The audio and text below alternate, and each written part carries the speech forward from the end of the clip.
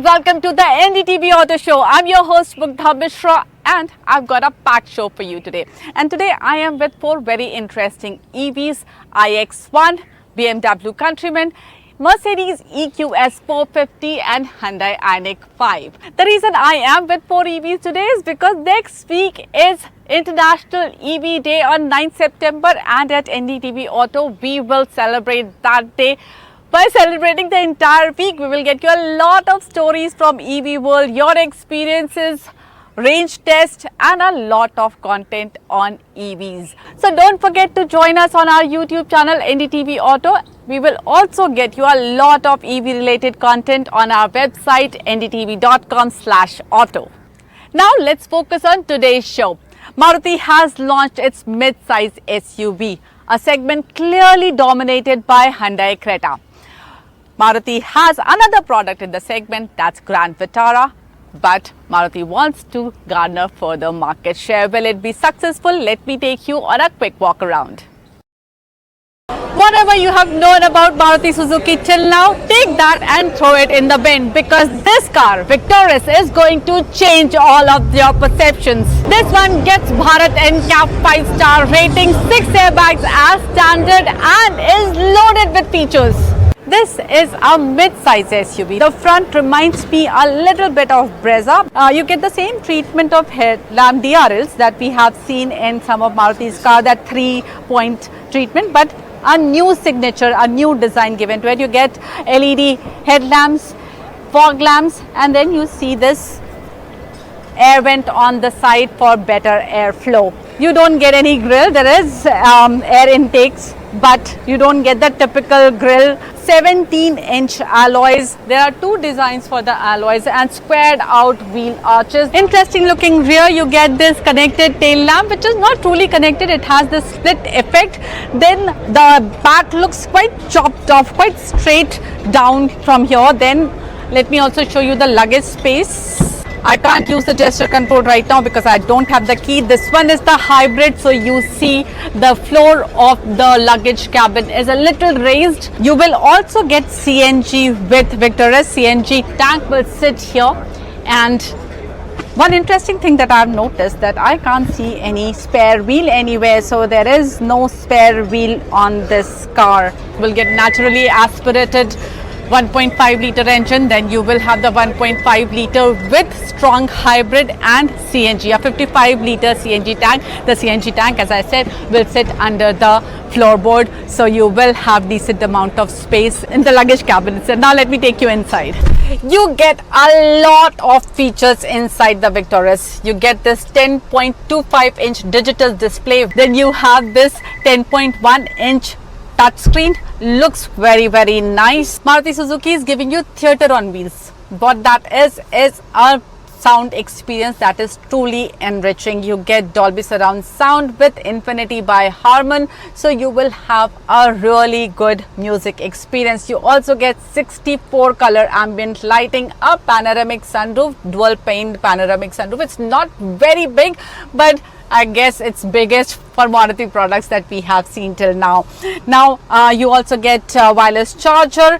In terms of quality, I feel that the touch and feel of this car is really good. You see soft touch material here with this exposed stitch. There's some golden color inserts here. Plastic quality looks better than what we have seen earlier. You get ventilated front two seats. This variant gets this hand brake, but you will get electronic parking brake in other variants as well. This one is hybrid, probably this one does not come, but we will get more details once we have the entire variant list in front of us. And this driver's seat is 8-way powered adjust, something we rarely see in a Maruti. Victoris is based on the same platform as Grand Vitara, so the dimensions are also pretty much the same as Grand Vitara. The width is also as much as GV, so you will find that when 3 people sit on this rear seat, they will find it a little tight. Found the headroom to be limited for me. I'm fairly tall, and but if somebody is like 6 feet or something, they will definitely find it difficult to fit in here. Just sit a little upright. Thigh support is very good, and I think for this segment, there is decent amount of knee room as well, and leg space fine too. There is a slight bump in the middle. Maruti Suzuki Victoris will give you a host of choices for powertrain. You will get a 1.5 litre naturally aspirated engine which will give you 103 HP power. Then you will also have the strong hybrid version and 55 litre CNG version as well. So you will have a lot of option. In fact, this one also gets all grip that we have seen in Grand Vitara as well. So you will have a lot of options to choose from. Maruti has not disclosed the prices yet. They are waiting for GST Council's meet to get over, and then they will decide on the pricing. But right now bookings have started at 11,000 rupees. You can book this car if you like it.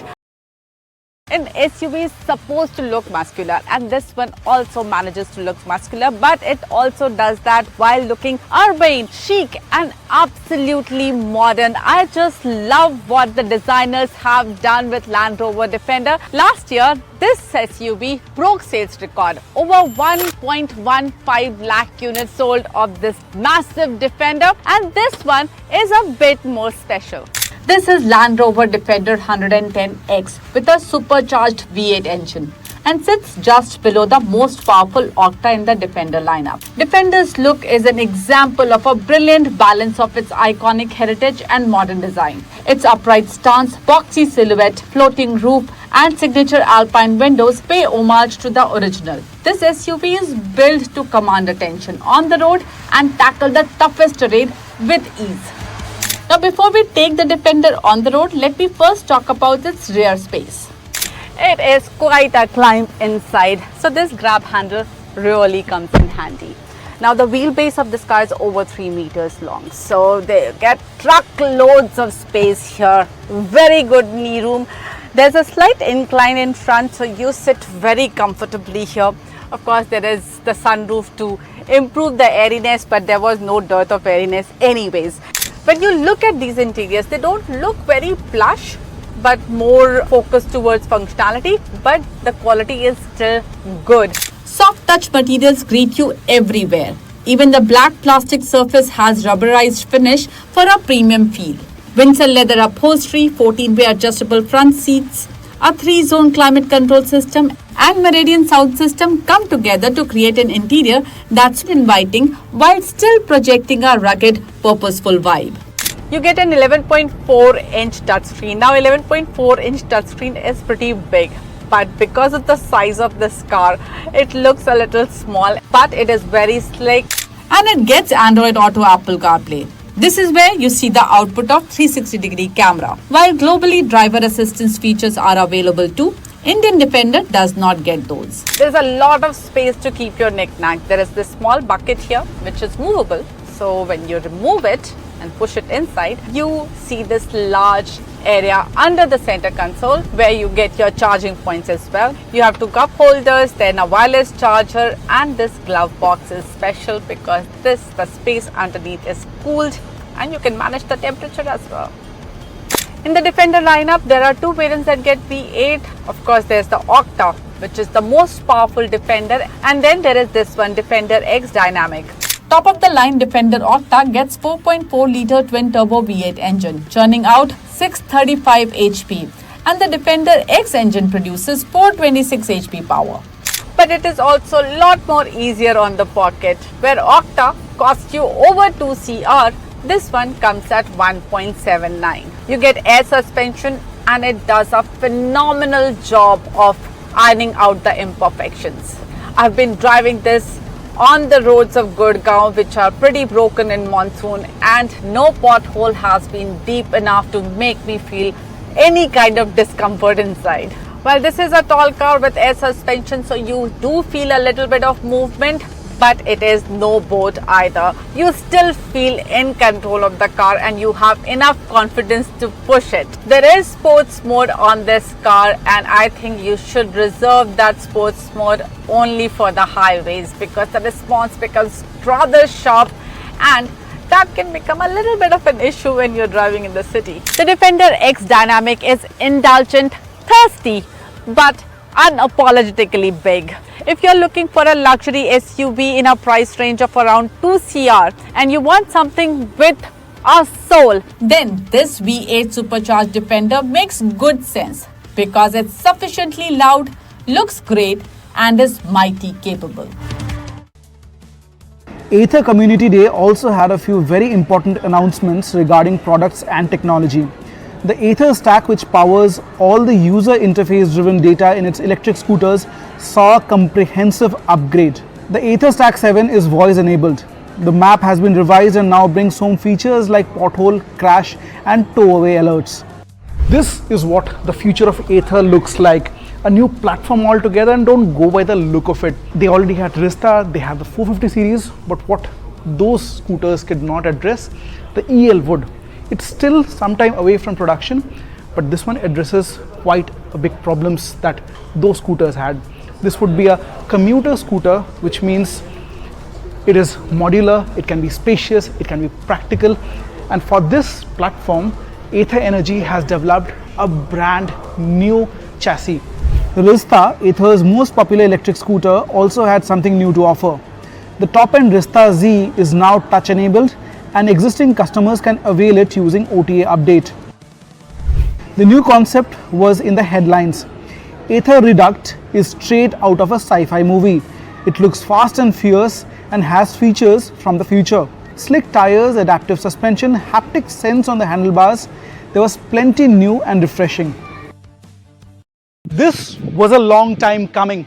Interpretation of maxi scooter from TVS with a very popular nameplate, the Ntorq. In comes the 150.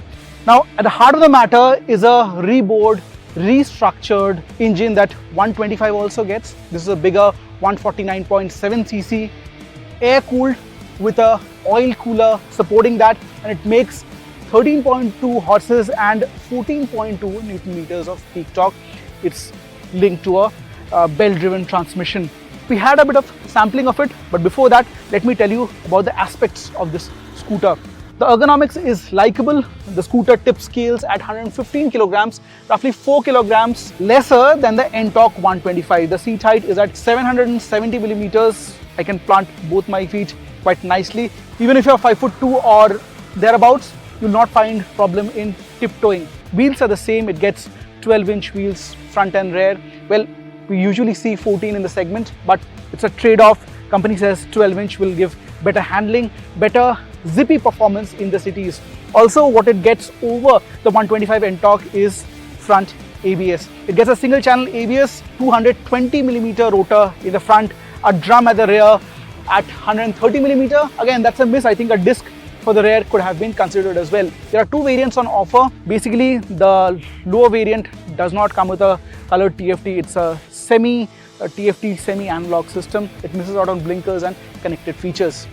Well, in terms of storage space, there is 22 liters of volume under the seat, which means a half-face helmet or small bags can fit in. There is also a front apron. However, it is not covered, which I would have considered should have made a little bit of difference. You can throw in your water bottle or even wallet and mobile phone. There's a USB charger under the seat. The fuel tank spans at 5.8 liters, which multiplied with a 48 to 50 kilometers to a liter should give you ideal driving range of 250 kilometers and thereabouts. 4 color options on offer. The seat is nice and large. However, it is not as high as what we see in Ntorq. It's quite spacious, and I think somebody sitting at the rear will find it adequately grippy, supportive and comfortable. I like how TVS has retained that flavorful exhaust note even with the Ntorq 150. The design retains the typical Ntorq flavor, but the front apron has been redesigned. You get quad projector LED beams, 2 for high beam, 2 for low beam, and here company says it retains the charm from the original graphite concept from where the Ntorq was born back in 2018. The sharp lines, creases flow all along the body. However, the front end design has been changed slightly. It's more naked. Company says there is a tendency to make it more like a motorcycle cockpit than a scooter, which in my books is not a bad thing.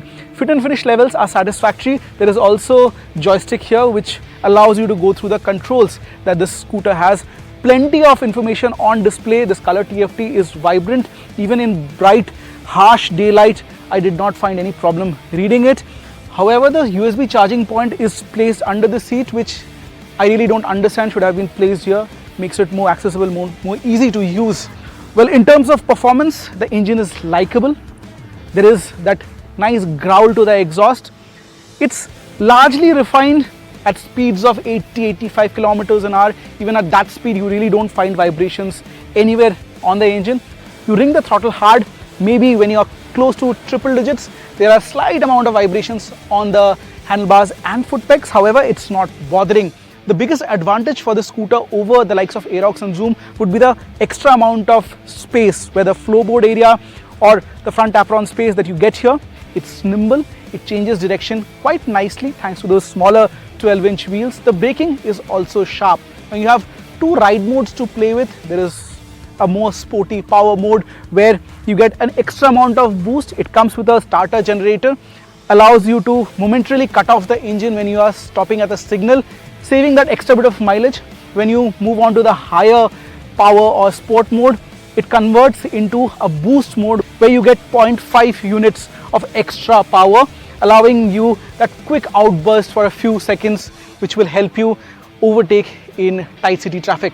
Braking felt par for the course that I rode on today. The front ABS is sharp. It's adequately intrusive at the exact moment you want the feedback on the levers. In fact, the levers here are fully adjustable. Great thing. I think in this price point, this again becomes one of the segment first features. But overall, if you talk about highway stability, I think Aerox is still a better bet. But if you want a scooter with nimbleness, with practicality of riding in the city, with different age groups wanting a scooter of good size and volume, I think the Ntorq 150 can just be that right bet for you. Diwali bonus is credited early. Government has taken formative decisions in making GST simpler. The 4-slab thing has been resolved into a much simpler, easier on pocket 2-slab structure for GST now. So you got to pay 5% and 18% as against 12 and 28% that was proposed earlier. There's also a new tax bracket for luxury or sin goods at 40%. Let's take a closer look at what it means for the automobile industry. 56th meeting of GST Council took these bold steps yesterday, and Finance Minister Nirmala Sitharaman at the press meet said the reforms have resolved issues and have been carried out in the interest of common people. For small cars with petrol engine under 1200cc spanning under 4 meters in length, now the GST has been restructured from 29% to 18%. Similarly, for small diesel cars under 1500cc, the rate drops from 31% to 18%. Moving on to mid-size cars with engine under 1500cc, the GST has been revised from 45% to 40%. For SUVs and luxury cars over 4 meter in length and engine capacity over 1.5 liter, the tax restructuring has been from 48% to 40%. Moving on to electric vehicles, there has been no change, 5% GST flat. Two-wheeler also sees a major revision. Smaller motorcycles, commuter motorcycles under 350cc, the tax revision is from 28% to 18%. Whereas motorcycles over 350cc sees a hike from 29 to 31%, which includes cess.